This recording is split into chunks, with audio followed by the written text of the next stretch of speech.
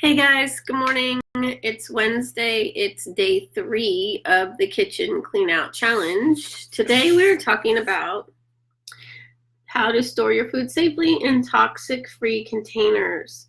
This has been something I've been doing for quite a few years now.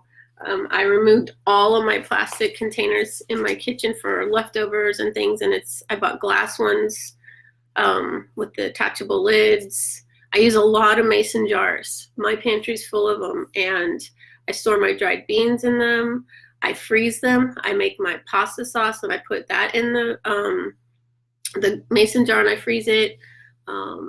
When I do my dried beans and I soak them, and then I cook them and save them for a recipe, I'll put them in the freezer too. So I've only had 1 or 2 jars that actually break on me. So I do freeze in glass. But the reason that plastic is super bad for you is it contains the BPAs, and that's the bisphenol A. I'm not sure I'm even saying it correctly, but you'll see it on this list when you get it. We've known about it for quite a few years.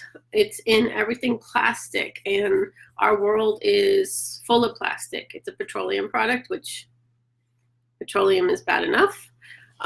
But it's in baby bottles, and they say don't heat your baby bottle up in the microwave because it'll release those toxins and the baby will drink that. It's an industrial chemical that's been used since the 60s, and it's in plastics and resins. Okay, so think of a can, like a can of soup or a can of whatever. There's BPA in the liner of the can. So that's another thing that it's not just plastics, but even metal. So you have to be sure that it's labeled BPA free, but I still don't trust those labels.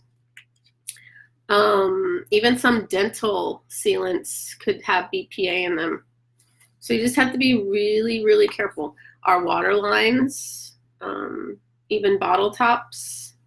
Okay, but we get a lot of our food in cans, like tuna, all the canned vegetables. I don't buy anything in cans if I can avoid it.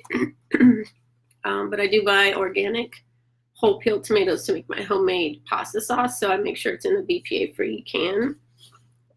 Some of the dangers of BPA have been shown that when it's heated, it seeps into our food and we ingest it.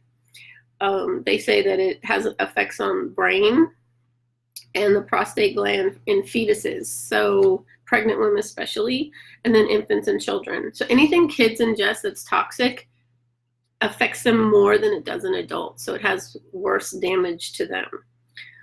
It can affect a child's behavior. So besides the processed food diet, red dye number 40 causes ADHD, and this adds to it. Let's see.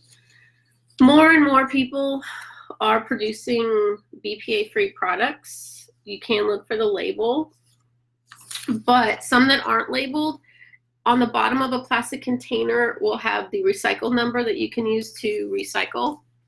And if it's got the code 3 or 7, that could have BPA in it, so you may want to avoid those. All right.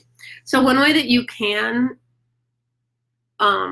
avoid BPAs is limit the use of canned food, which I do. Don't buy anything in plastic. Don't heat anything in plastic. And I know that everything you buy at the store pretty much has some plastic on it.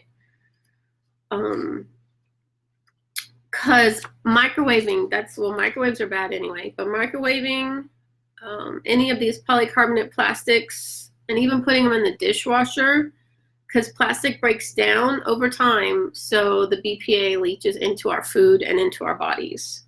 So what should you use instead? I use, like I said, glass containers. I have glass containers to store my leftovers. I even have a set of glass containers on my fifth wheel RV because I don't use plastic there. You can use porcelain or stainless steel containers. I have a bento box. I should have brought it with me. For when I was working as a teacher, I would put my lunch in a bento box. So it was metal, stainless steel. I put when I ate chicken, I put chicken salad in it. and my homemade coleslaw and took it to work and brought it back.